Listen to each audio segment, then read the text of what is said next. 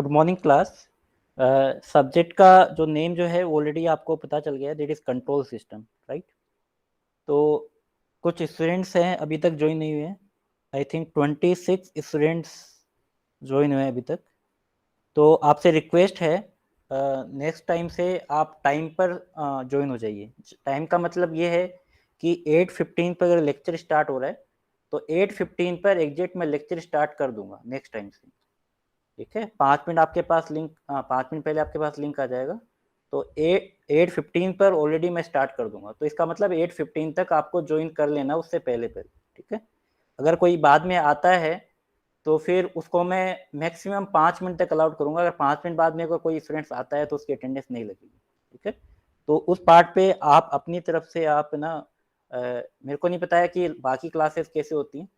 तो इस क्लासेस के बारे कंट्रोल सिस्टम क्लास के लिए स्पेशली आपको मैं बता देता हूँ कि 8:15 पर आपको ज्वाइन हो जाना है, ठीक है। First thing. सेकंड,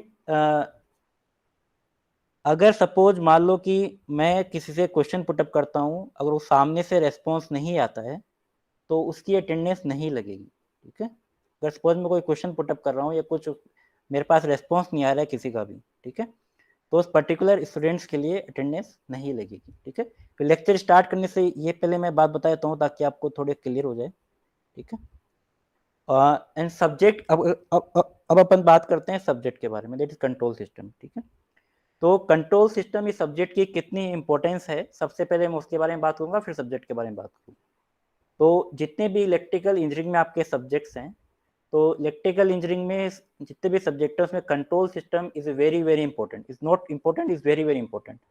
किसी भी टेक्निकल एग्जाम्स में, टेक्निकल एग्जाम्स का मतलब ये है कि सपोज आपके प्लेसमेंट में अगर कोर कंपनी जाती हैं, वहाँ से लेके आपके जो government examination, central government, state government examination, तो सब में जो कंट्रोल सिस्टम वाला जो पार्ट है वो अच्छा खासा वेटेज रखता है, ठीक है। तो कंट्रोल सिस्टम सब्जेक्ट जो है वो स्किप करने वाला बिल्कुल भी नहीं है, वो आपको करना ही करना है, ठीक है। तो इस सब्जेक्ट को आप सीरियस होके लेके चलना आपको, कि ताकि आपको आगे किसी भी एग्जाम्स में या प्लेसमेंट में कोई प्रॉब्लम ना आए, ठीक है। स्पेशली जो गेट जो है, वो गेट का ये फेवरेट सब्जेक्ट है, क्योंकि कि इलेक्ट्रिकल इंजीनियरिंग के लिए या फिर कोई टेक्निकल एग्जाम्स में गेट आपका सबसे इम्पोर्टेंट एग्जाम्स होता है, ठीक है। तो गेट का ये फेवरेट सब्जेक्ट है, और गेट जो है पिछले 8 से 10 साल में कंट्रोल सिस्टम से अच्छा खासा वेटेज जो है रख रहा है, ठीक है। तो ये सब्जेक्ट जो है आपको स्किप नहीं करना है, बहुत अच्छे से करना है, ठीक है। कि सब्जेक्ट स्टार्ट होने से पहले कुछ और इम्पोर्टेंट बात मैं आपको बता देता हूँ। ये जो सब्जेक्ट है ये मैथमेटिकल है, mostly part are the mathematical. तो इस सब्जेक्ट में आपके पास, अगर मैं वेटेज की बात करूं, तो आपके 30 marks for the internal assessment and 120 marks for the external assessment, that internal assessment and external assessment. Total आपका 150 का टोटल असेसमेंट होगा, that for the control system in as far as B2 is concern, ठीक है। So total marks is 150। अब इस total marks 150 में से अगर मैं 120 जो एक्सटर्नल मार्क्स की बात करूं या फिर 150 की बात करूं, तो इसमें जो B2 का जो एग्जाम होगा, इंस्टीट एग्जाम, उसके अंदर आपके पास greater than 80% part are the numerical. मतलब आपका जो 80% से ऊपर वाला पार्ट है वो न्यूमेरिकल से रिलेटेड रहेगा, और लेस देन 20% थ्योरेटिकल। तो आप समझ सकते हो कि ये जो आपका सब्जेक्ट है वो न्यूमेरिकल बेस्ड सब्जेक्ट है, ठीक है। तो न्यूमेरिकल बेस्ड सब्जेक्ट का मतलब ये नहीं है कि आप इसको लाइटली लो, ठीक है, क्योंकि लाइटली नहीं लेना है कि न्यूमेरिकल सब्जेक्ट है। तो आपको फर्स्ट डे से आपको जो भी मैं यहाँ पे बताने वाला हूँ वो आपको डेली बेसिस पे पढ़ना है, क्योंकि एक्चुअल में स्टूडेंट्स क्या होता है, क्योंकि ये बात मैं सिर्फ फर्स्ट लेक्चर में करता हूँ, बाद में नहीं करता हूँ, ठीक है। क्योंकि अगर आपको फर्स्ट लेक्चर में मैंने बता दिया तब आप इजीली जो है इसको प्रिपेयर कर सकते हैं, ठीक है। तो न्यूमेरिकल बेस्ड सब्जेक्ट है। अगर ऐसा नहीं है कि आप ये सोच रहे हो कि आपको जो अभी तक प्रमोट किया गया है वो प्रमोट आगे हो जाएगा, पॉसिबिलिटी नहीं है आगे, ठीक है। सेकेंड थिंग कि कुछ कुछ स्टूडेंट्स नहीं है, मोस्टली स्टूडेंट जो है वो स्टार्टिंग में नहीं पढ़ते हैं, लास्ट में ये कहते हैं कि हमारे को सब्जेक्ट ही नहीं समझ में आया कि कंट्रोल सिस्टम क्या सब्जेक्ट है, ठीक है। तो मैं आपको स्टार्टिंग बता दूं कि अगर आप स्टार्टिंग से अगर आप नहीं पढ़ रहे हो डेली बेसिस पे, तो डेफिनेटली आपको इस सब्जेक्ट में प्रॉब्लम आएगी, ठीक है। तो डेली बेसिस पे आपको पढ़ना है। अगर डेली बेसिस पे नहीं पढ़ोगे तो ये सब्जेक्ट नहीं हो पाएगा। लास्ट में अगर आप सोच रहे हो कि लास्ट के 2-3 दिन में मैं सब्जेक्ट करके चला जाऊंगा और मेरा क्लियर हो जाए, हो सकता है आपके अच्छे से आप पढ़ो तो क्लियर हो जाए 1-2 स्टूडेंट्स का, बाकी मोस्टली स्टूडेंट्स का नहीं हो पाएगा। ठीक है, तो इस सब्जेक्ट को सीरियसली लेके आपको पढ़ना है, क्योंकि 5th सेमेस्टर में एक ऐसा सब्जेक्ट ये है जिसके अंदर सबसे ज़्यादा बैक आती है। ठीक है, पहले मैं बता दे रहा हूँ। और न्यूमेरिकल सब्जेक्ट जो है अच्छे खासे न्यूमेरिकल्स आते हैं इसमें, और गेट का अच्छा खासा वेटेज है। तो इस सब्जेक्ट को आपको सीरियसली लेके चलना है, स्किप नहीं करना है। ठीक है, अब नेक्स्ट, पहले मैंने आपको असेसमेंट बता दिए, सब्जेक्ट की इंपॉर्टेंस बता दी। नेक्स्ट अपन सब्जेक्ट के सिलेबस के बारे में आते हैं। तो as per the BTU syllabus there are 6 unit और द 6 मॉड्यूल। इसको अपन मॉड्यूल भी बोल सकते हैं या फिर 6 यूनिट बोल सकते हैं। तो मॉड्यूल 1 के अंदर आपका जो पार्ट है that is a introduction to control system. तो कंट्रोल सिस्टम में जो बेसिक्स इंट्रोडक्शन पार्ट जो है इसमें डिस्कस होगा। इसमें कुछ इंपॉर्टेंट कंट्रोल सिस्टम की जो प्रॉपर्टीज हैं और कुछ कंट्रोल सिस्टम के मैथमेटिकल मॉडल हैं उस पर्टिकुलर मॉड्यूल में डिस्कस होंगे। तो यूनिट नंबर 2 और मॉड्यूल नंबर 2 में there are 2 types of system, that is time response and frequency response. तो फिर टाइम रिस्पॉन्स से जो उसका जो एनालिसिस वाला पार्ट है इस पर्टिकुलर यूनिट में अपन डिस्कस करेंगे। मॉड्यूल 3 में अपन फ्रिक्वेंसी रिस्पॉन्स से रिलेटेड इसमें डिस्कस करेंगे। और मॉड्यूल 4 के अंदर that is important technology that is called the modern technology that is state variable analysis. तो ये इसमें डिस्कस करेंगे। और मॉड्यूल 5 के अंदर कुछ अपन extraordinary optimal and non linear control system की बात करेंगे। और मॉड्यूल 6 के अंदर अपन कंट्रोलर डिजाइन की बात करेंगे। ठीक है, तो ये 6 मॉड्यूल आपके डिस्कस होने वाले हैं कंट्रोल सिस्टम में। तो 6 यूनिट है।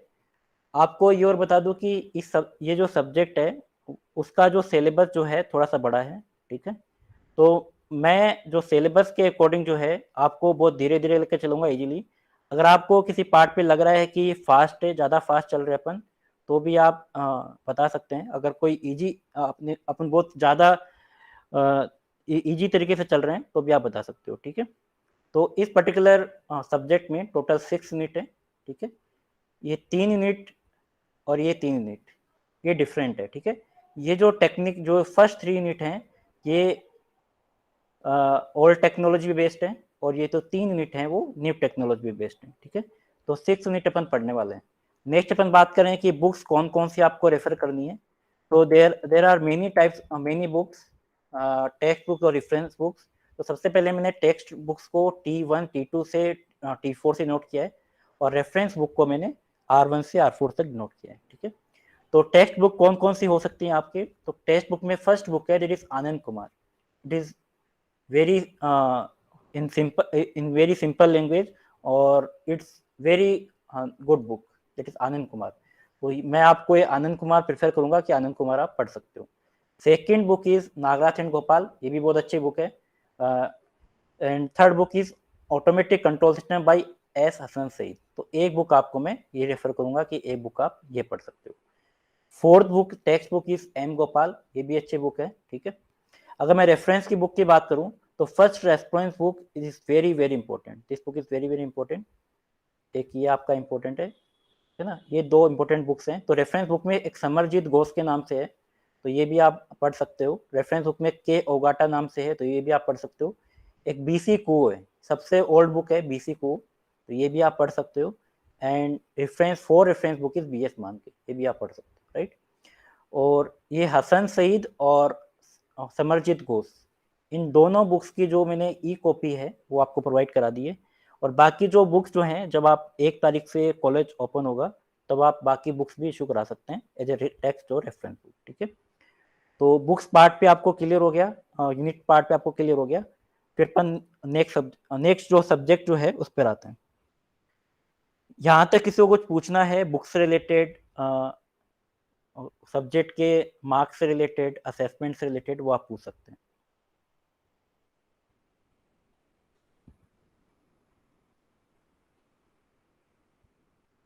ओवन, नेक्स्ट अपन आते हैं कि सबसे पहले अपना जो सब्जेक्ट है दैट इज कंट्रोल सिस्टम। सबसे पहले उसी की डेफिनेशन की बात करते हैं। What is control system, control system का क्या मीनिंग है। राइट, तो सबसे पहले कंट्रोल सिस्टम को समझने से पहले आपको पता होना चाहिए, सपोज मेरे पास कोई भी सिस्टम है, अब सिस्टम कैसा भी हो सकता है, राइट। तो उस पर्टिकुलर सिस्टम में suppose there is a system, और उस पर्टिकुलर सिस्टम में obviously there is a input and there is a output. Suppose I have given a input and we get a output and this is called a system. अब system कोई भी हो सकता है, ठीक है, फैन हो सकता है, कूलर हो सकता है, फ्रिज हो सकता है, एसी हो सकता है, मोटर हो सकती है, any type of system, right. और अब इस पर्टिकुलर सिस्टम के अंदर अगर मैं इनपुट को चेंज करूंगा, ऑब्वियसली बात है कि वो आउटपुट भी चेंज होगा, राइट। बट ये अपन सिर्फ सिस्टम की बात कर रहे हैं। What is the meaning of control system? तो यहाँ पर एक सिंपल इंडिकेट हो रहा है, दैट इज कंट्रोल पार्ट। तो कंट्रोल का क्या मीनिंग है? अगर सपोज आपको सपोज फैन चलाना है, तो फैन को आप कंट्रोल कैसे कर सकते हो? By the regulator, right. अगर आपको एसी चलाना है तो किससे आप रेगुलेट करते हो? By remote, right. तो यहाँ पर कंट्रोल सिस्टम का क्या मीनिंग है? Control system is a system in which provide the desired response, और we call it desired output, right? response means output by controlling the output, ठीक है। तो अगर सपोज मान लो कि इस आउटपुट को आपको डिजायर्ड आउटपुट निकालना है, सपोज आपको फैन जो है आपको 3 नंबर पे चाहिए, आपको कम स्पीड चाहिए, तो आप क्या करोगे? 3 to 1 पर आप उसको आप रेगुलेट कर सकते हो फैन को। अगर आपको सपोज आपको ज्यादा स्पीड चाहिए, तो आप क्या करोगे? 5 पर उसको रेगुलेट करोगे, राइट। तो अगर मुझे आउटपुट के, अगर मेरे पास जो डिजायर्ड आउटपुट है वो अगर मैं कंट्रोल कर सकता हूँ किसी पर्टिकुलर सिस्टम के through, that is called the control system. तो control system is a system in which provide the desired response, और we call it desired output by controlling the output. इस आउटपुट को हम कंट्रोल कर सकते हैं by the through the system. So this particular system is called the control system, right. अब ये control system जो है, there are two types, that is open loop and close loop. इसके बारे में अपन नेक्स्ट जो है उसमें डिस्कस करेंगे। ये वाला जो पार्ट जो है आपके एग्जाम्स में नहीं आएगा, ठीक है। तो स्टार्टिंग में मैं करीब 15 से 20 मिनट आपको सिर्फ वो बात बताऊंगा जो आपको पता होनी चाहिए, ठीक है। ये आपके सब्जेक्ट का पार्ट नहीं है, ठीक है, आपके सिलेबस का पार्ट नहीं है। सिलेबस का पार्ट अपन थोड़ी देर में डिस्कस करेंगे। अब सबसे पहले दिमाग में आता है कि एक अच्छे कंट्रोल सिस्टम के लिए क्या होना चाहिए, क्या क्या रिक्वायरमेंट है। क्योंकि कंट्रोल सिस्टम का मतलब तो अपन समझ लिया कि एक अच्छे कंट्रोल सिस्टम के लिए क्या क्या रिक्वायरमेंट की जरूरत पड़ती है, राइट। तो first requirement is accuracy. Obviously बात है, किसी भी सिस्टम के लिए उसकी एक्यूरेसी हाई होनी चाहिए। अगर एक्यूरेसी हाई नहीं है तो उसको अपन अच्छा कंट्रोल सिस्टम जो है, गुड कंट्रोल सिस्टम नहीं बोल सकते। सेकंड, उसकी स्पीड हाई होनी चाहिए, राइट। उसकी जो एक one of the most important properties is speed. Second is noise. Noise उसका आपको should be able to reduce the noise, right. उसकी उस पर्टिकुलर सिस्टम की नॉइज आपकी रिड्यूस होनी चाहिए, राइट। जैसे सपोज मान लो कि बाइक में सपोज अगर साइलेंसर नहीं होता तो क्या होता?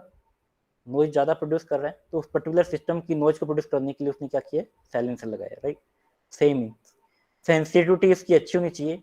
सपोज आपने कोई टेम्परेचर सेंसर बनाया, ठीक है, उस टेम्परेचर की जो सेंसर की जो सेंसिटिविटी है वो अगर अच्छी नहीं होगी तो वो उस पर्टिकुलर टेम्परेचर को सेंस नहीं कर पाएगा। उस पर्टिकुलर सिस्टम में जो रिक्वायरमेंट है टेम्परेचर को सेंस करने की, वो उसको सेंस नहीं कर पाएगा, तो उसको अपना अच्छा सिस्टम नहीं बोल सकते। तो उस पर्टिकुलर सिस्टम की सेंसिटिविटी भी गुड होनी चाहिए, और ऑब्वियसली बात है उस पर्टिकुलर सिस्टम की जो बैंडविड्थ है वो भी आपकी लार्ज होनी चाहिए। Six important point is oscillation. उस सिस्टम का जो ऑसिलेशन था स्मॉल होना चाहिए। अगर आप सपोज उस सिस्टम के ऑसिलेशन हाई है, दैट मीन्स वो सिस्टम स्टेबल नहीं है, उसमें कुछ ना कुछ डिस्टर्बेंस है, something disturbance is there, right. So these are the key factors of good control system. Again, this is not the part of the syllabus, ठीक है, ये सिलेबस का पार्ट नहीं है। आपको एक ब्रीफ आइडिया दे रहा हूँ कि अपन कंट्रोल सिस्टम, क्योंकि एक दिमाग में एक आता है एक कंट्रोल सिस्टम अच्छा कब होगा, बेड कब होगा, तो इसलिए मैंने आपको इंपॉर्टेंट पॉइंट बता दिए, ठीक। कुछ एक दो इंपॉर्टेंट टर्म्स है जो अपन आगे यूज में लेंगे।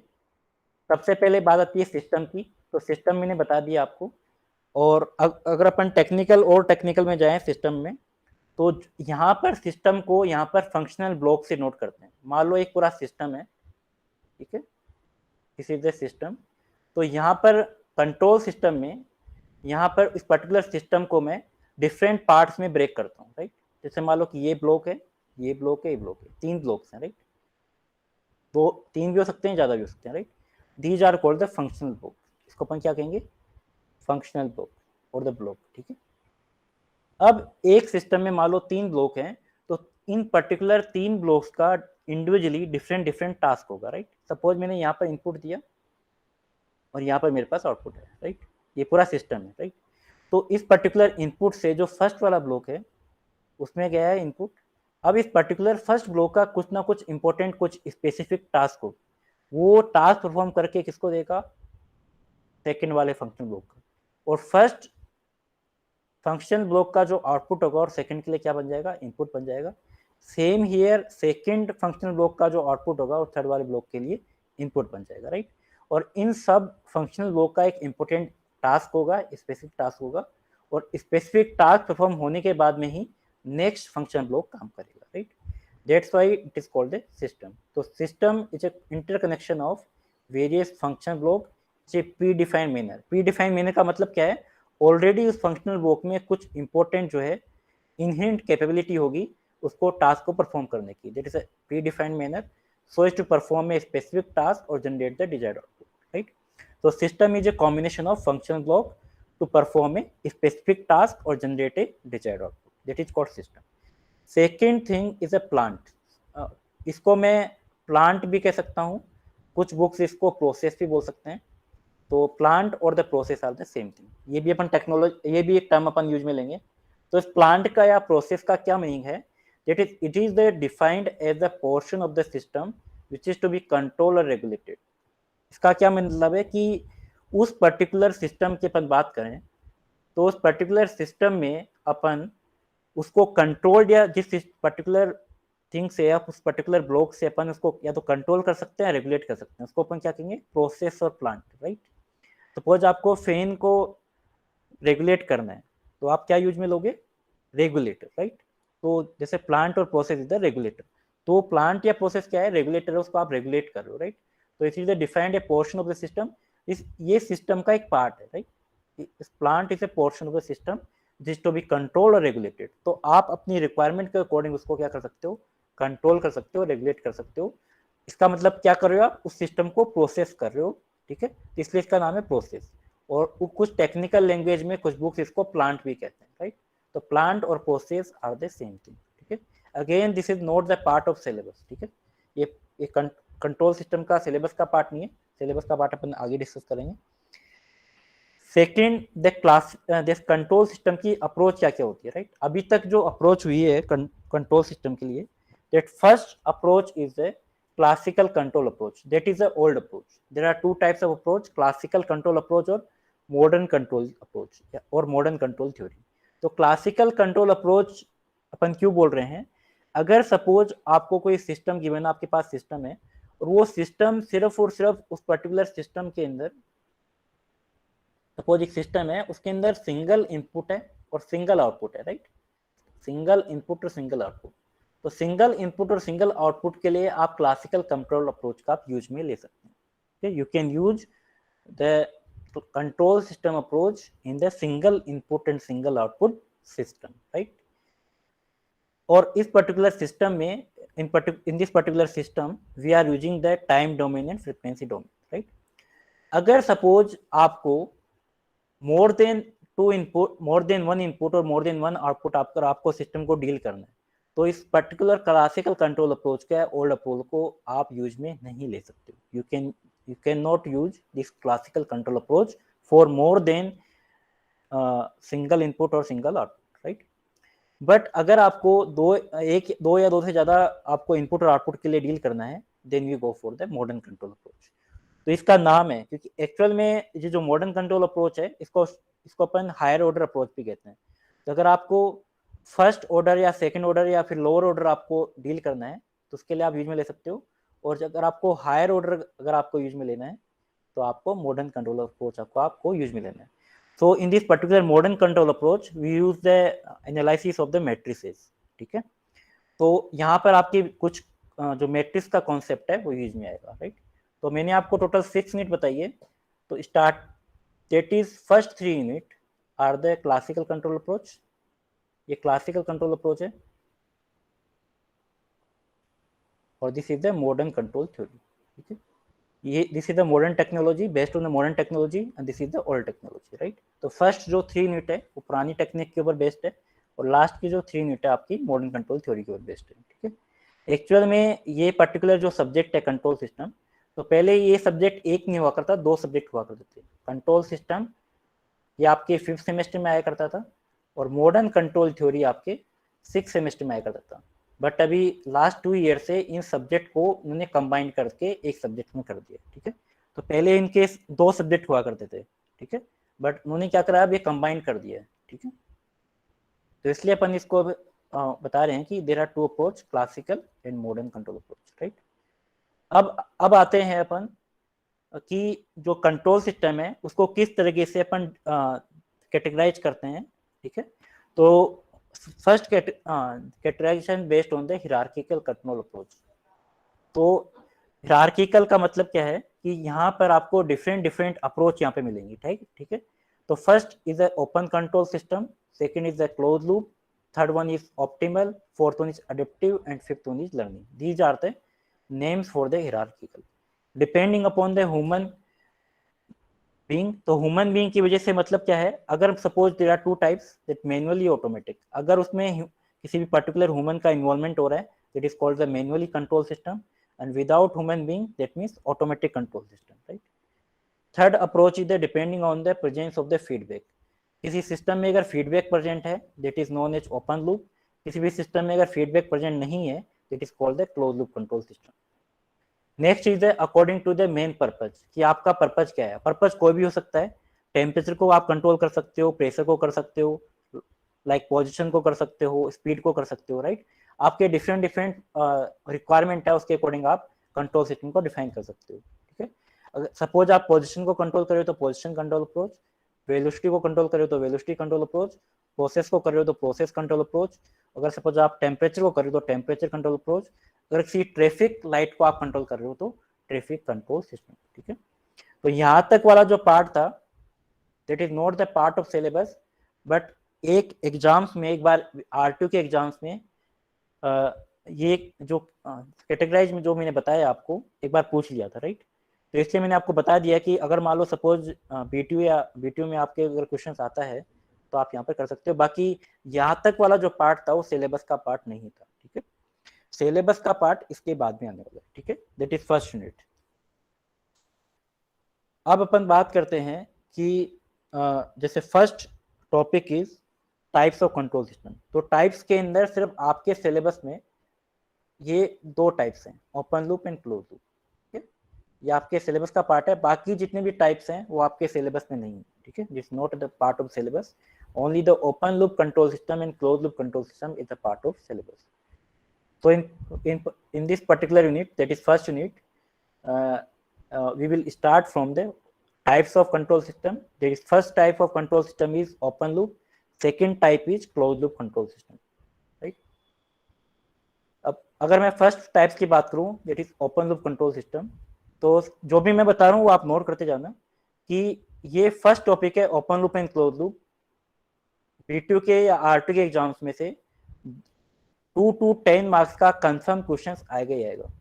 ऐसा कोई एग्जाम्स नहीं है BTU R2 का कंट्रोल सिस्टम का जिसमें इसका कोई भी क्वेश्चन नहीं आएगा। तो open loop control system and close loop control system से 2 से 10 मार्क्स का जो क्वेश्चन है कंफर्म आएगा ही आएगा। जो भी मैं आपको बता रहा हूँ ये आप नोट करते जाना, ठीक है। तो it's a very very important topic, ठीक है। फर्स्ट टॉपिक जो है वो बहुत इंपॉर्टेंट है क्योंकि कंफर्म है, क्योंकि पिछले जितने भी साल से, चाहे वो 15 साल से कंट्रोल सिस्टम पूछ रहा हो या 20 साल से पूछ रहा हो, तो ओपन लूप कंट्रोल सिस्टम और क्लोज लूप कंट्रोल सिस्टम आए एग्जाम्स में, मिनिमम 2 मार्क्स का, मैक्सिमम 10 मार्क्स का, ठीक है। तो फिर सबसे पहले अपन बात करते हैं what is the open loop control system. Simple, मैंने आपको बताया था, अगर आपको किसी पर्टिकुलर सिस्टम में फीडबैक गिवन नहीं है, अगर उस पर्टिकुलर सिस्टम में फीडबैक नहीं है that is known as open loop control system. वो किसी पर्टिकुलर सिस्टम में अगर फीडबैक प्रेजेंट है that is called the close loop control system, अगर सिंपल लैंग्वेज में अपन बात करें तो। अब अपन बात करते हैं डिटेल में। So in open loop control system, the output has no effect on the control action on the input are called the open loop control system. अपन बात करते हैं, सपोज मेरे पास ये सिस्टम है और इस पर्टिकुलर सिस्टम में मैं यहाँ पे इनपुट दे रहा हूँ और ये मेरे पास आउटपुट है, right, and this is the control system. अगर सपोज आपने कुछ इनपुट दिया है, ऑब्वियसली बात है कुछ ना कुछ आपका आउटपुट आएगा, ये कंफर्म है, राइट। अगर सपोज अपन एक रूम टेम्परेचर की बात करें, सपोज आप यहाँ पर समर का टाइम है, समर के टाइम में सपोज आपको रूम के टेम्परेचर को रेगुलेट करना है, ठीक है। अब सपोज आपने फैन चालू किया और फैन चालू करने के बाद में धीरे धीरे रूम का जो टेम्परेचर है वो कम होने लग गया, राइट। बट अगर सपोज मान लो कि आपका जो रूम का टेम्परेचर है वो सपोज आपको चाहिए 20 डिग्री सेल्सियस, क्या वो 20 डिग्री सेल्सियस हो जाएगा? नहीं होगा, ठीक है। अब अपन बात करते हैं कि सिस्टम कैसे काम करता है। तो यहाँ पर सपोज इनपुट से आपने कुछ इनपुट दिया, ये मेरे पास आउटपुट आ गया, और इस पर्टिकुलर आउटपुट जो मेरा पास आउटपुट आ रहा है इसको कौन मेजर कर रहा है? कोई भी मेजर नहीं कर रहा है। अगर आउटपुट को अपन मेजर नहीं कर सकते अकॉर्डिंग टू द रिक्वायरमेंट, ठीक है, और अगर मेरे पास कोई भी फीडबैक नहीं है तो इसको अपन क्या बोलेंगे? Open loop control system. तो सपोज मान लो मैंने फैन का एग्जांपल दिया आपको, तो फैन सपोज आपने चालू किया, आपने उसको रेगुलेट कर दिया 3 पे, 4 पे या 5 पे, बट आपकी सपोज रिक्वायरमेंट है कि आपको 20 डिग्री सेल्सियस चाहिए, 25 डिग्री सेल्सियस चाहिए, तो क्या वो फैन ऑटोमेटिकली कर सकता है? नहीं कर सकता, क्योंकि वो आउटपुट को मेजर नहीं कर रहा है, क्योंकि आप उसको क्या कर रहे हो? मैनुअली आप उसको कर रहे हो, ठीक है, आप उसको मैनुअली कर रहे हो। तो मैनुअली जो ऑपरेशन होंगे that is not the part of the open loop control system. तो in another words, in open loop control system output is neither measured nor feedback for the input, right। तो यहाँ से output से न तो कोई measurement हो रहा है और ना ही कोई फीडबैक जा रहा है, ताकि उसको आउटपुट को कंट्रोल कर सके, क्योंकि आउटपुट तो कंट्रोल हो नहीं रहा है, ठीक है। तो आउटपुट क्यों नहीं कंट्रोल हो रहा है? क्योंकि सपोज मान लो आपकी रिक्वायरमेंट है 20 डिग्री सेल्सियस रूम के टेम्परेचर को मेंटेन करने के लिए, या फिर 25 डिग्री सेल्सियस, तो वो फैन जो है आपको ऑटोमेटिकली कंट्रोल नहीं कर रहा है। तो so fan is example of open loop control system, right. और अगर सपोज आपको देखना है किसी पर्टिकुलर सिस्टम के लिए, तो उस पर्टिकुलर सिस्टम को पहचानने के लिए एक टेक्निक है, अगर if any control system that operates on A time basis is on open loop control system. मान लो आपने फैन को आपने 5 मिनट चालू किया, वो 5 मिनट तक चलेगा, ठीक है। आपने 10 मिनट तक चालू करेगा 10 मिनट तक चलेगा, आप 50 मिनट तक करो तो 50 मिनट तक चलेगा, राइट। ऐसा तो है नहीं कि सपोज मान लो को आपको एक टेम्परेचर चाहिए मान लो कि 25, और अगर मान लो कि फैन ने उस रूम का टेम्परेचर 25 डिग्री सेल्सियस कर दिया, तो उसको नहीं पता है कि 25 डिग्री सेल्सियस करा है, ऑटोमेटिकली वो बंद नहीं होगा फैन। वो फैन को तो आपने सपोज 5 मिनट चलाया तो 5 मिनट चलेगा, 10 मिनट चलाया तो 10 मिनट चलेगा, और 5 घंटे तक चलाया तो 5 घंटे तक चलेगा, ठीक है। और जो रिक्वायरमेंट अपनी फुलफिल हो रही है कि नहीं हो रही है वो भी उसको पता नहीं है, राइट। तो उसको अगर अपनी जो रिक्वायरमेंट है वो ऑटोमेटिकली अगर वो फैन फुलफिल कर देता है, तब तो मेरे पास आउटपुट जाएगा। और वो आउटपुट, डिजायर्ड आउटपुट कब आएगा? जब आप उस पर्टिकुलर सिस्टम में या तो फीडबैक सिस्टम हो या फिर वो उस पर्टिकुलर सिस्टम को मेजर करो, ठीक है। तो मेजरमेंट और फीडबैक बोथ आर इंपॉर्टेंट, ठीक है। अगर सिस्टम में कुछ फीडबैक होता है तो फीडबैक देख के उस सिस्टम को डिजायर्ड आउटपुट पे ला सकता है, बट इस कंडीशन में अपना पास जो डिजायर्ड आउटपुट है वो नहीं आ रहा है। क्यों नहीं आ रहा है? क्योंकि ये पर्टिकुलर जो आउटपुट है न तो मेजर कर रहा है न ही उसको फीडबैक दे रहा है, right. So in open loop control system the output is neither measured nor feedback for the input, okay, that's why it is also called the non feedback system। कुछ बुक्स इसको non feedback system भी बोल सकते हैं, normal language में open loop भी बोल सकते हैं, बट कुछ बुक्स इसको नॉन फीडबैक सिस्टम भी बोल सकते हैं, नॉन फीडबैक सिस्टम या तो कंट्रोल सिस्टम, ठीक है। तो कुछ बुक्स इसको नॉन फीडबैक क्यों बोल रहे हैं? Because there is no feedback in this particular system, ठीक है। और एग्जांपल को समझते हैं अपन। यहाँ पर देखो, यहाँ पर आपको एग्जांपल भी दे रखा है कि एक रेफरेंस इनपुट है, यहाँ पर आउटपुट है, और this is the part of the system. उस पर्टिकुलर सिस्टम में there are two things, this controller और प्लांट। मैं जस्ट मैंने आपको बताया था, राइट। तो अगर सपोज आपने कोई इनपुट दिया और इस कंट्रोलर का मतलब कोई भी जिसको आप कंट्रोल कर सकते हो, ठीक है। This plant is to be control, right, जिसको आपको कंट्रोल करना है, and this is output, right. तो कंट्रोलर क्या हो सकता है? रेगुलेटर हो सकता है। प्लांट और प्रोसेस क्या हो सकता है? कोई फैन हो सकता है। तो कंट्रोलर क्या करेगा? उस फैन को रेगुलेट करके आउटपुट देगा, राइट। तो ये कंट्रोलर कंट्रोल करके जो आउटपुट दे रहा है उन्हें तो मेजर हो रहा है, नहीं कि यहाँ से यहाँ पर कोई फीडबैक यहाँ पर जा रहा है, राइट। एक मैं सिंपल आपको एग्जांपल देता हूँ ऑटोमेटिक वॉशिंग मशीन का, उससे आपको और क्लियर हो जाएगा। आपके ग्रो के अंदर वॉशिंग मशीन तो सबके पास मतलब मोस्टली ग्रो में होगी, राइट। तो वॉशिंग मशीन में क्या होता है कि आप क्या करते हो कि उस पर्टिकुलर वॉशिंग मशीन में एक ऑपरेटिंग टाइम आप फिक्स कर देते हो, सपोज 5 मिनट, 10 मिनट, 15 मिनट। तो जो भी आप उसने टाइम आप फिक्स करते हो, तो उस पर्टिकुलर सेट टाइम पर भी क्या होगा, वो उन पर्टिकुलर क्लोथ्स को वॉश करेगा। और उन अगर मान लो सपोज आपने 5 मिनट तक टाइम फिक्स किया है तो 5 मिनट तक, 10 मिनट तक किया है तो 10 मिनट तक, राइट। जितना आप जो टाइम फिक्स करोगे उतने टाइम पे वो स्टॉप हो जाएगी और आपको जो है आउटपुट जो है वो क्लीननेस का दे सकती है, ठीक है। क्योंकि अपना टारगेट क्या है, उस पर्टिकुलर क्लोथ को क्लीन करने का। बट अब ध्यान से सुनना, बट उस वॉशिंग मशीन को ये नहीं पता है कि वो जो क्लोथ मेरे जिस पर्टिकुलर क्लोथ को मुझे क्लीन करना है वो किस पर्टिकुलर जगह से ज़्यादा डर्टी है या किस पर्टिकुलर जगह से मेरे पास कम डर्टी है, कम गंदा है, ठीक है। ये उसको नहीं पता है। अगर सपोज मान लो कि सपोज इस ऑटोमेटिक वॉशिंग मशीन के बजाय सपोज आप मैनुअली आप क्लॉथ को वॉश कर रहे हो, तो मैनुअली क्लॉथ को वॉश कर रहे हो तो आपको पता है कि जहां पर आपके स्पॉट होंगे, तो जहां पर जैसे मैं बात करूं कि अगर आपके पास आप शर्ट को वॉश कर रहे हो, तो आपको पता है कि शर्ट को वॉश करते वक्त आपके जो कॉलर होती है या व्रिस्ट से जो पार्ट होता है, तो वहां पर आपका जो ज्यादा डर्टी होता है, राइट। तो आप क्या करोगे, उस पर ज्यादा वर्क करोगे, राइट, क्लीन करने के लिए। बट वॉशिंग मशीन में ऐसा नहीं है। वॉशिंग मशीन क्या करती है, हर पार्ट को यूनिफॉर्मली जो है वो उसको वॉश करती है, राइट। उसमें कोई भी फीडबैक सिस्टम नहीं है, ठीक है। तो automatic washing machine is a type of open loop control system, और when we are using the manually then is called the close loop control system, क्योंकि आप उसमें फीडबैक लगा रहे हो उसको। सपोज मान लो आपने एक बार वॉश किया तो वो क्लीन नहीं हुआ तो दोबारा वॉश किया, तो आप उसमें फीडबैक पाथ लगा रहे हो उसको क्लीन करने के लिए, राइट। बट वॉशिंग मशीन में ऐसा नहीं है। वॉशिंग मशीन क्या करेगी, जो टाइम आपने फिक्स कर दिया उस टाइम पर वो जितना जहां से भी आपका पर्टिकुलर डर्टी है उसको नहीं पहचानती है। सिर्फ आपने टाइम फिक्स करा 5 मिनट तो 5 मिनट चलेगी, 10 मिनट तो 10 मिनट चलेगी, राइट। इसको वॉशिंग मशीन को नहीं पता है that amount that particular amount of cleanness that is not done by the washing machine. So washing machine is an example of open loop control system. In this machine the operating time is set manually. After the completion of set time the machine will stop and with the result may or may not get the desired. हो सकता है आपको desired output मिल भी जाए और ना भी मिले, पॉसिबिलिटी नहीं है, ठीक है। Amount of cleanness of the wash cloth because there is no feedback in this particular system. If there is no feedback, that means this system is called open loop control system. तो कौन सा system होगा, open loop control system होगा। Any doubt till, अगर आपको if you have any doubt then you can respond in the chat box or you can unmute your mic and ask. Any doubt? यहाँ तक किसी को doubt है? तो class के अंदर 28 स्टूडेंट 30 स्टूडेंट्स प्रेजेंट है, तो 30 के रेस्पॉन्स आनी चाहिए आपके।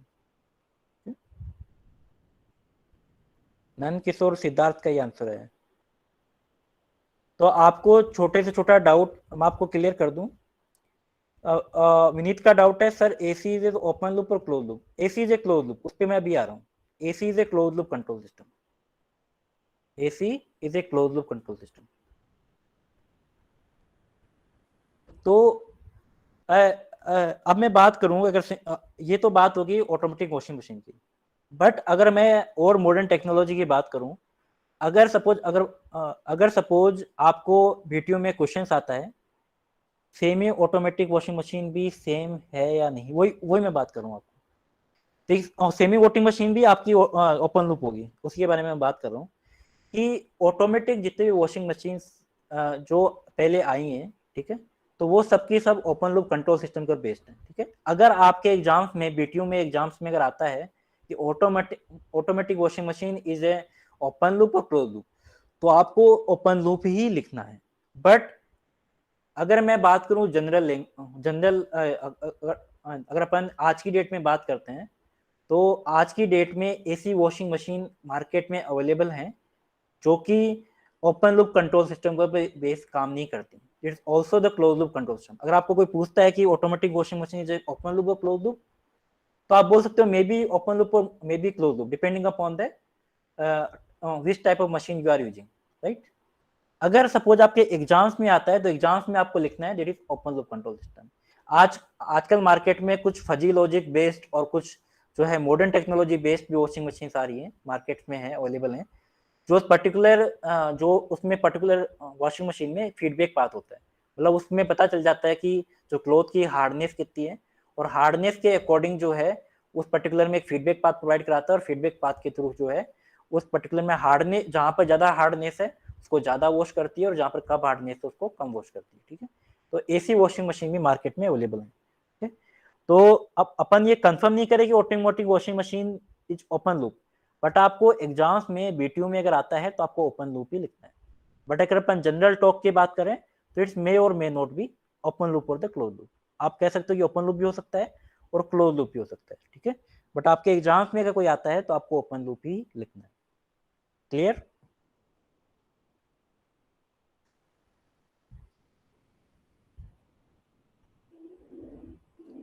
ठीक है।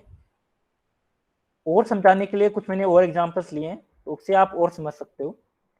एक मैंने एग्जांपल लिया इमर्जन रोड का, क्योंकि आप आपके घरों में आपने जो रोड के थ्रू जो आपने गर्म किया होगा वाटर को विंटर्स में, तो immersion rod is another example of open loop system. अब ये ओपन लूप कैसे है? आप क्या करते हो कि अगर आपको सपोज पानी को हीट करना है, गर्म करना है, तो आप क्या करते हो, उस पर्टिकुलर रोड को वाटर के अंदर डिप करते हो और उस जो स्विच है उसको ऑन करते हो, राइट। तो उस पर्टिकुलर कंडीशन में आप करते क्या हो, आप 2 मिनट 3 मिनट 4 मिनट 5 मिनट, आप आपको लगता है कि मुझे कितना आपको गर्म चाहिए उसके अकॉर्डिंग जो है आप क्या करते हो, उसको टाइम के अकॉर्डिंग सेट कर देते हो, या टाइम के अकॉर्डिंग आप उसको क्लोज करते हो, राइट। सपोज आपको 5 मिनट गर्म करना है तो 5 मिनट तक गर्म करते हो, 10 मिनट तक करना तो आपको 10 मिनट तक गर्म कर देते हो, राइट। बट उस पर्टिकुलर रोड को ये नहीं पता है कि आपको कितनी रिक्वायरमेंट है। भाई मुझे मुझे पता है मेरी रिक्वायरमेंट क्या है, बट उस पर्टिकुलर रोड को नहीं पता है। उस न तो उस रोड को आप बता भी नहीं सकते हो कि मेरी रिक्वायरमेंट क्या है, कि 100 डिग्री सेल्सियस है, 120 डिग्री सेल्सियस है, कितने टेम्परेचर तक है, उसको आप नहीं बता सकते हो। वो क्या हो गया, टाइमली बेसिस हो गया। Again this timely basis that means open loop. तो आपने 5 मिनट फिक्स, 5 मिनट उसने रखा, 10 मिनट रखा, 15 मिनट रखा, तो उसके लिए वो जो इमर्जन रोड है, immersion rod is also example of open loop control system, क्योंकि वो जो हीटिंग जो है टेम्परेचर उसको सेंस नहीं कर पा रही है, ठीक है। अपनी रिक्वायरमेंट है ना, तो उसको दे पा रहे हैं अपन, ठीक है, अपना कोई डिजायर्ड आउटपुट है। तो आप क्या करते हो कि जैसे मान लो आपने हीट करा, आपने 5 मिनट हीट करा उसको, तो 5 मिनट उसको पानी में डिप करके रखा, आपने ऑन किया, ठीक है। अब 5 मिनट बाद में जैसे उसको आप ऑफ करोगे, आप चेक करोगे कि सपोज अब आपको लगता है कि ये पानी जितनी मेरी रिक्वायरमेंट थी उतनी रिक्वायरमेंट फुलफिल नहीं हो पा रही है, या हो सकता है कि जितनी रिक्वायरमेंट थी उससे ज्यादा फुलफिल होगी, ठीक है, ज्यादा हीट होगी, ठीक है। अगर आपकी कम फुलफिल हुई है तो आप क्या करते हो, वापस उसको ऑन करते हो, राइट। तो इसका मतलब आप क्या कर रहे हो, मैन्युअली ऑपरेशन कर रहे हो, उसको नहीं पता है, ठीक है, उसको नहीं, उस पर्टिकुलर रोड को नहीं पता है कि कितना हीट करना है, राइट। तो वो पर्टिकुलर रोड जो है टेम्परेचर को सेंस नहीं कर पा रही है, दैट मीन्स वहां पर कोई भी फीडबैक पाथ नहीं है, ठीक है। अगर कोई टाइमली बेसिस पे होता है और फीडबैक पाथ नहीं होता है, that means it is called the open loop control system. इसको मैं क्या कहूंगा, ओपन लूप कंट्रोल सिस्टम। तो immersion rod is another example of open loop control system. अब अपन एक अच्छा, बहुत अच्छा एग्जांपल की बात करते हैं, traffic traffic light control by the traffic light, ठीक है। Traffic control by the traffic light. Suppose आपको कोई ट्रैफिक जो है वो आप ट्रैफिक लाइट से कंट्रोल कर रहे हो, राइट। तो वो जो ट्रैफिक आप कंट्रोल कर रहे हो, नॉर्मली वहां पर 3 लाइट्स होती है, that is red yellow green, उसके थ्रू जो है आपका जो ट्रैफिक जो है कंट्रोल होता है, राइट। अब बात करते हैं कि सपोज मान लो कि एक चौराहा है, एक उस पर्टिकुलर चौराहे पर चारों तरफ आपकी लाइट्स लगी है, राइट, रेड ग्रीन और येलो। अब उस पर्टिकुलर चौराहे पर चारों तरफ से जो है जो ट्रैफिक की डेंसिटी है, ट्रैफिक की डेंसिटी मतलब जितने ज्यादा व्हीकल्स ज्यादा होंगे दैट मींस उसकी डेंसिटी हाई है, और अगर जिसके ज्यादा कम व्हीकल होंगे तो वहां पर डेंसिटी उसकी लो है। उस पर्टिकुलर लाइट को ये नहीं पता है कि उस पर्टिकुलर चौराहे पर किस साइड में ट्रैफिक की डेंसिटी ज्यादा है और किस साइड में उसकी ट्रैफिक डेंसिटी कम है, राइट, उसको नहीं पता है। तो सपोज आपने पहले से मैनुअली उसमें फिक्स कर रखा है कि आपका 50 सेकेंड या फिर 30 सेकेंड तक ही वो लाइट जो है ऑन रहेगी, रेड लाइट, तो उतने सेकंड तक ही वो जो लाइट जो है वो ऑन रहेगी, उसके बाद में ऑन नहीं रहेगी, राइट। इसका मतलब उसको नहीं पता है कि सपोज बट एक्चुअल में क्या होना चाहिए था कि जहां पर डेंसिटी ज्यादा है वहां पर उसको ज्यादा टाइम ऑन होना चाहिए था, जहां पर ट्रैफिक की जो डेंसिटी है कम वो है वहां पर उसको कम टाइम के लिए ओपन होना चाहिए था, बट ऐसा नहीं होता है। उसको टाइम उसने फिक्स कर दिया आपने, तो उतने टाइम तक वो ऑन ही रहेगी, ठीक है। इसका मतलब सपोज मान लो कि डेंसिटी कम है तो ट्रैफिक सपोज मान लो कि जा रहा है, ठीक है, फिर भी वो लाइट ऑन है क्योंकि आपने उसको फिक्स कर रखा है। सेकेंड कंडीशन क्या हो सकती है, अगर सपोज मान लो कि ट्रैफिक जो है बहुत ज्यादा है और आपने टाइम बहुत कम लगा रखा है, तो वो भी आपके लिए जो रिक्वायरमेंट है वो भी फुलफिल नहीं हो पाएगी, राइट। इसका मतलब यहाँ पर कोई भी फीडबैक पाथ नहीं है। तो ऑटोमेटिक कंट्रोल ऑफ ट्रैफिक और automatic traffic control by the traffic light is another example of open loop control system। तो ये भी एग्जांपल किसका है, ओपन लूप कंट्रोल सिस्टम का, ठीक है। अगर सपोज अपन बात करते हैं the traffic control by a policeman और by the traffic police, right. Second example अपन लेते हैं, suppose traffic control by the traffic police. तो ट्रैफिक पुलिस क्या करता है, क्योंकि अगर मान लो चौराहे पर ट्रैफिक पुलिस खड़ा है, ठीक है, तो वो क्या करेगा कि जहां पर आपकी डेंसिटी ज्यादा है तो उसके लिए वो ज्यादा टाइम लगाएगा, राइट। और जहां पर उसकी डेंसिटी कम है उसको वहां पर वो कम टाइम लगाएगा, उसको पता है कि डेंसिटी यहाँ पर कम है, ऑब्वियसली वो विजुलाइज कर रहा है, ठीक है। इसका मतलब traffic control by A traffic policeman, it's example of close loop control system, ठीक है। वो किसका एग्जांपल हो जाएगा, क्लोज लूप, क्योंकि वहां पर वो फीडबैक पास लगा रहा है। ये जहां पर ट्रैफिक की डेंसिटी कम है वहां पर वो कम टाइम लगा रहा है, जहां पर ट्रैफिक की डेंसिटी ज्यादा है वो ज्यादा टाइम लगा रहा है। बट इसका मतलब ये नहीं है कि automatic traffic control by traffic light open loop ही होता है। अगर आपके एग्जाम्स में आता है तो आपको ओपन लूप ही लिखना है। बट अगर मॉडर्न टाइम्स में कुछ जगह ऐसी इंडिया में भी है, बाहर आउटसाइड में तो है ही, ये इंडिया में भी कुछ जगह ऐसी ट्रैफिक लाइट्स जो है डेवलप हो गई हैं, ऑटोमेटिकली वो ट्रैफिक की डेंसिटी जो है उसको सेंस कर लेती है, ठीक है। तो सेंसर्स लगा रखे हैं वहाँ पर, ट्रैफिक डेंसिटी सेंस करके ही वो टाइम जो है आपका according to the requirement change होता रहता है, ठीक है। तो अगर अपन आज की बात करें तो automatic traffic control by traffic light is maybe open loop और close loop, right, depending upon the types of traffic control you are using, ठीक है। बट अगर एग्जाम्स में आता है तो आप traffic control by traffic light आप किस में लिखोगे, ओपन लूप कंट्रोल सिस्टम में लिखोगे, ठीक है। यहाँ तक क्लियर है? यहाँ तक किसी को डाउट है तो पूछ सकते हो।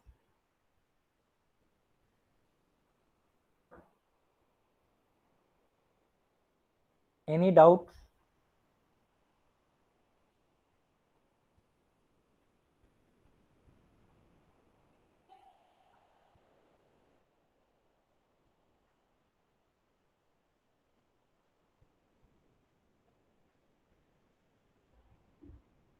Very good.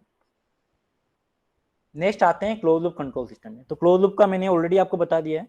तो क्लोज लूप में this close loop control system means there is a feedback path in this particular system, right. तो so in close loop control system are also called the feedback control system, right. इसको अपन feedback control system भी बोल सकते हैं। In close loop control system the control action is dependent on the desired output. वहां पर ऐसा नहीं था कि मेरे पास कंट्रोल एक्शन डिजायर्ड आउटपुट पर डिपेंड कर रहा था, राइट। तो if any system having one or more feedback path forming a close loop, हो सकता है उसमें एक फीडबैक भी हो सकता है, उसमें मोर देन वन फीडबैक हो सकते हैं।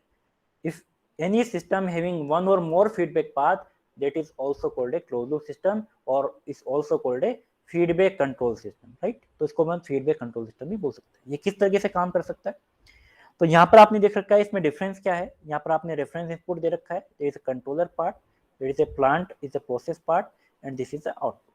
अब आउटपुट के थ्रू जो मैंने यहाँ पर एक फीडबैक पाथ लगा रखा है, वो फीडबैक पाथ एलिमेंट कोई भी हो सकता है depending upon the types of system, depending upon the types of controlling we are using, ठीक है। तो इस पर्टिकुलर फीडबैक पाथ के थ्रू मैंने यहाँ फीडबैक लगा रखा है, और जो ये सिग्नल यहाँ से आ रहा है, जो आउटपुट यहाँ से आ रहा है, तो ये क्या करेगा, इस पर्टिकुलर रेफरेंस इनपुट और जो यहाँ से आउटपुट आ रहा है इसको कहेंगे मैं फीडबैक सिग्नल। तो इनको कंपेयर कराएगा। तो कंपेयर कराने के लिए मैंने यहाँ लगा रखा है दैट इज एरर डिटेक्टर। तो error detector is use for the detecting the error between the reference input और एंड द फीडबैक सिग्नल और द आउटपुट। दिस आउटपुट और इनपुट के डिफरेंस को यहाँ पर उसको रेगुलेट करता है, इसको सेंस करता है। तो इस पर्टिकुलर एरर सिग्नल जो यहाँ पर आएगा इसको ही अपन को कंट्रोल करना है, इसको अपन को मिनिमाइज करना है, राइट। अगर मेरे पास एरर मिनिमाइज हो जाएगी तो मुझे जो आउटपुट चाहिए था अकॉर्डिंग टू द इनपुट वो मुझे ऑटोमेटिकली मिल जाएगा, ठीक है। इसका सबसे बेस्ट एग्जांपल है this best example is air conditioner और in short form we call it AC, ठीक है। एसी इसका बेस्ट एग्जांपल है, ठीक है। इसका मतलब क्या है कि जो आउटपुट क्वांटिटी जो है ये इनपुट के थ्रू जो है कंट्रोल हो रही है, राइट। इसका मैं सिंपल सा आपको एग्जांपल देता हूँ एसी के थ्रू। अब यहाँ पे देखो, इसको मैं सिंपल फॉर्म में एसी एग्जांपल देता हूँ। सपोज मान लो कि आपके पास कोई सिस्टम है, ये कंट्रोल सिस्टम है, ये मैंने यहाँ से इनपुट दिया है, ये एरर डिटेक्टर, ये मेरे पास आउटपुट। इसको ध्यान से समझना किस तरीके से काम कर रहा है। ये मैंने यहाँ पर फीडबैक दे रखा है,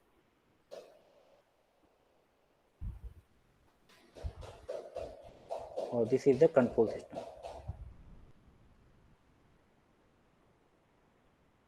सपोज आपका रूम का टेम्परेचर सपोज 40 डिग्री सेल्सियस है, ठीक है।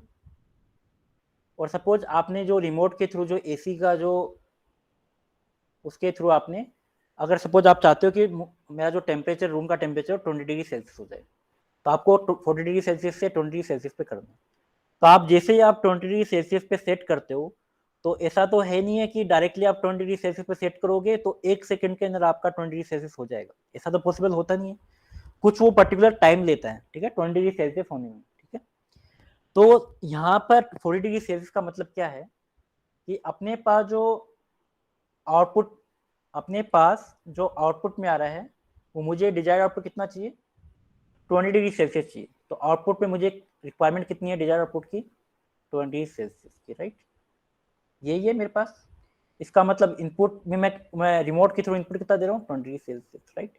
बट रूम का टेम्परेचर कितना है, 40 डिग्री सेल्सियस, मान लो 40 डिग्री सेल्सियस, मान लो 40 डिग्री सेल्सियस का रूम का टेम्परेचर अभी है, ठीक है। आपने इनपुट कितना 20 डिग्री सेल्सियस, आउटपुट भी आपको कितना चाहिए, 20 डिग्री चाहिए, बट एक्चुअल में कितना है, 40 है, राइट। अब देखिए, अब जैसे ये 40 डिग्री यहाँ पे गया तो यहाँ पर कितना आ जाएगा, 40 डिग्री सेल्सियस फीडबैक पाथ आपने दिया, 40 डिग्री सेल्सियस आ गया। अब ये जो एरर डिटेक्टर है, ये प्लस और माइनस, यहाँ पर इसने एरर डिटेक्टर ने मेजर करा एरर, कितनी एरर आ रही है, आपको कितनी रिक्वायरमेंट है, 20 की, आ रहा कितना है, 40, कितना आ गया, -20, ठीक है। इसका मतलब एरर डिटेक्टर ने बता दिया कि आपको 20 डिग्री सेल्सियस माइनस करना है इस पर्टिकुलर टेम्परेचर में। तो ये पर्टिकुलर जो -20 डिग्री सेल्सियस जो डिफरेंस आ रहा है, इस पर्टिकुलर कंट्रोल सिस्टम के थ्रू या कंट्रोलर के थ्रू ये 20 डिग्री सेल्सियस को कम करने की कोशिश करेगा, इस पर्टिकुलर एरर को, दिस इज द एरर को मिनिमाइज करने की कोशिश करेगा। और कुछ पर्टिकुलर मान लो कि इसने कुछ मिनिमाइज करा, यहाँ पर टेम्परेचर सपोज आ गया आपका 40 से 30 डिग्री सेल्सियस, तो अगेन 30 डिग्री सेल्सियस वापस जाएगा। तो अगर सपोज वापस यहाँ पर गया तो ये कितना आ गया, 30 डिग्री सेल्सियस आ गया। वापस उसने यहाँ से 20 और ये 30, कितना डिफरेंस आ रहा है, -10 का। तो वापस इसने एरर को मैनेज करा, कितना कम करना है, -20 डिग्री सेल्सियस करना है, राइट। तो वापस इसने इसको, इस पर्टिकुलर कंट्रोल सिस्टम ने क्या करा, वापस इसको सेंस किया, वापस सपोज मान लो टेम्परेचर आया, सपोज मान लो मेरे पास 25 डिग्री सेल्सियस, राइट।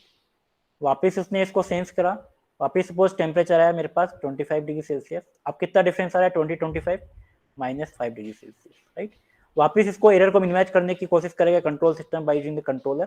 तो इस अब मान लो कि 5 डिग्री सेल्सियस को इसने कंट्रोल कर दिया और सपोज आउटपुट पे मेरे पास आ गया सपोज 20 डिग्री सेल्सियस, राइट। अब वापस उसको सेंस करेगा, 20 डिग्री सेल्सियस आ गया।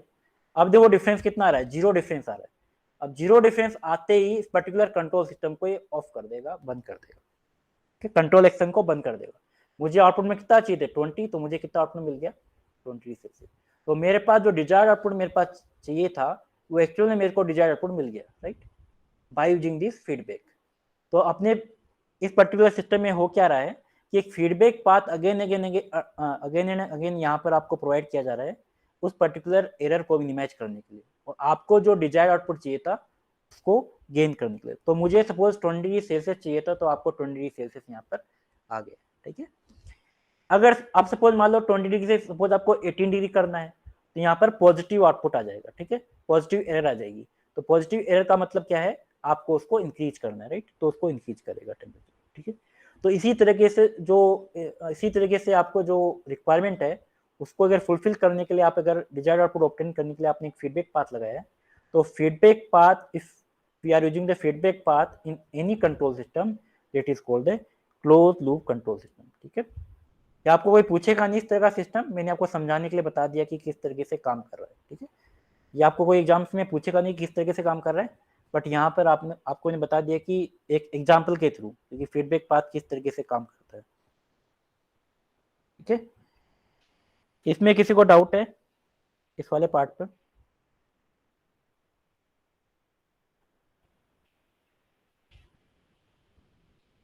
Very good.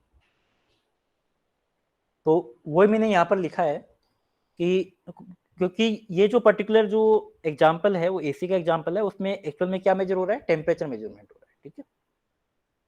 तो मैंने एग्जाम्पल दे रखा है, in an iron, electric iron, we want to regulate the temperature and humidity for the comfortable living, air conditioner are provided with thermostat. यहाँ पर थर्मोस्टेट लगाया, वही टेम्परेचर को क्या कर रहा है, डिटेक्ट कर रहा है, और बाई कंप्रेसर के थ्रू जो है उसको ऑन ऑफ कर रहा है, राइट। तो कंप्रेसर आपका ऑन और ऑफ कब होगा, डिपेंडिंग अपॉन द रिक्वायरमेंट, ठीक है। एंड वो पर्टिकुलर रूम टेम्परेचर का जो रूम टेम्परेचर उसको कंपेयर करेगा डिजायर्ड टेम्परेचर से, और उसका एरर सिग्नल मुझे मिलेगा, और उस एरर सिग्नल को क्या करेंगे, मिनिमाइज करेंगे। एंड आपका कंप्रेसर ऑन और ऑफ वो डिपेंडिंग अपॉन द आपके टाइप ऑफ जो आपने टेम्परेचर आपने सेट किया है उसके अकॉर्डिंग जो है वो कंप्रेसर ऑन और ऑफ होगा, ठीक है। सेकेंड एग्जाम्पल है ऑटोमेटिक इलेक्ट्रिक आयरन, ये तो आप जानते हो सब, ऑटोमेटिक इलेक्ट्रिक आयरन। तो automatic electric iron is an example of close loop control system. जैसे आप मान लो कि आपने एक पर्टिकुलर टेम्परेचर सेट कर दिया है, जैसे मान लो कि इलेक्ट्रिक आयरन में होता क्या है, मतलब कि इलेक्ट्रिक आयरन कौन सी बता रहा हूँ मैं, एक तो आपके स्टीम से रिलेटेड, मैं स्टीम वाली नहीं बता रहा हूँ ना, इलेक्ट्रिक आयरन की बात कर रहे हैं। तो इलेक्ट्रिक आयरन की बात करें तो इलेक्ट्रिक आयरन में सपोज आपने को सेट कर दिया टेम्परेचर, सपोज आपको वुलन कपड़ों के लिए करना है या किसके लिए करना है, तो एक पर्टिकुलर टेम्परेचर पे वो सेट हो जाता है, ठीक है। आपने सेट कर दिया और आपने सपोज आयरन को स्टार्ट कर दिया, ठीक है। अगर आप जैसे आप आयरन स्टार्ट करोगे तो कुछ पर्टिकुलर टाइम में ऑटोमेटिकली जो है लाइट ऑफ हो जाती है। वो क्यों ऑफ होती है, क्योंकि वो पर्टिकुलर टेम्परेचर जो डिजायर्ड आउटपुट उसको चाहिए था वो मिल चुका है, और जैसे ही उसको डिजायर्ड आउटपुट मिला ऑटोमेटिकली क्या होता है, इलेक्ट्रिक आयरन जो है उसकी लाइट जो है ऑफ हो जाती है। और जैसे ही मान लो कि आपने आप कंटिन्यूसली आप स्टार्ट करोगे आयरन करना, उसके बाद में क्या होता है, ऑटोमेटिकली लाइट जो है ऑन हो जाती है। वो क्यों ऑन होती है, उसका टेम्परेचर वापस डाउन हो चुका है, वापस डाउन होगा तो उसको डिजायर्ड आउटपुट करने के लिए वापस उसका, हाँ बिल्कुल सिलेंडर, गीजर भी इसमें आएगा, बिल्कुल वेरी गुड। इसका मतलब आप समझ रहे हो, geyser is an example of close loop control system, right. क्योंकि जो आपने रोड यूज में ली थी, immersion rod is an example of open loop, और geyser is an example of close loop, very good, ठीक है। तो गीजर आपका क्लोज लूप में आएगा, ठीक है। क्यों गीजर में होता क्या है बेसिकली, गीजर में आप क्या करते हो कि जैसे आप ऑन करते हो बटन को, उसके बाद में उसमें जो टेम्परेचर फिक्स है, राइट, उस पर्टिकुलर टेम्परेचर को डिजायर्ड आउटपुट अगर हो जाता है उस continuously through the feedback path, तो ऑटोमेटिकली आपका गीजर जो है ऑफ हो जाता है। वहां पर ग्रीन लाइट की जगह ग्रीन लाइट की जगह आपका रेड लाइट आ जाती है, तो उसके बाद में ऑटोमेटिकली जो है लाइट को कट आउट कर देता है, ठीक है। तो लाइट को जैसे ही उसने कट आउट करा, इसका मतलब लाइट वहां से ऑफ हो गई और गीजर को उसने बंद कर दिया, राइट। अब वापस सपोज मान लो आपने पानी लेना स्टार्ट किया, तो उसका टेम्परेचर वापस उसका डाउन होता है, वापस डाउन होता है तो ऑटोमेटिकली जो गीजर जो है वापस ऑन हो जाता है, ठीक है। तो geyser is an example of close loop control system. Geyser में टेम्परेचर सेट कर सकते हैं क्या, depending upon the types of geyser. आजकल के जो गीजर आ रहे हैं उसमें आप टेम्परेचर भी सेट कर सकते हो। आज के कुछ गीजर ऐसे भी आ रहे हैं जिसमें आप टेम्परेचर भी आप सेट कर सकते हो, मार्केट में अवेलेबल है ऐसे गीजर, ठीक है। बट नॉर्मली अपन यूज में नहीं लेते हैं, उसकी जो कॉस्ट होती है वो हाई होती है। जैसे मैंने आपको वॉशिंग मशीन का एग्जांपल दिया, ठीक है। अभी अपन एंड करते हैं, आई थिंक टाइमिंग हो चुका है।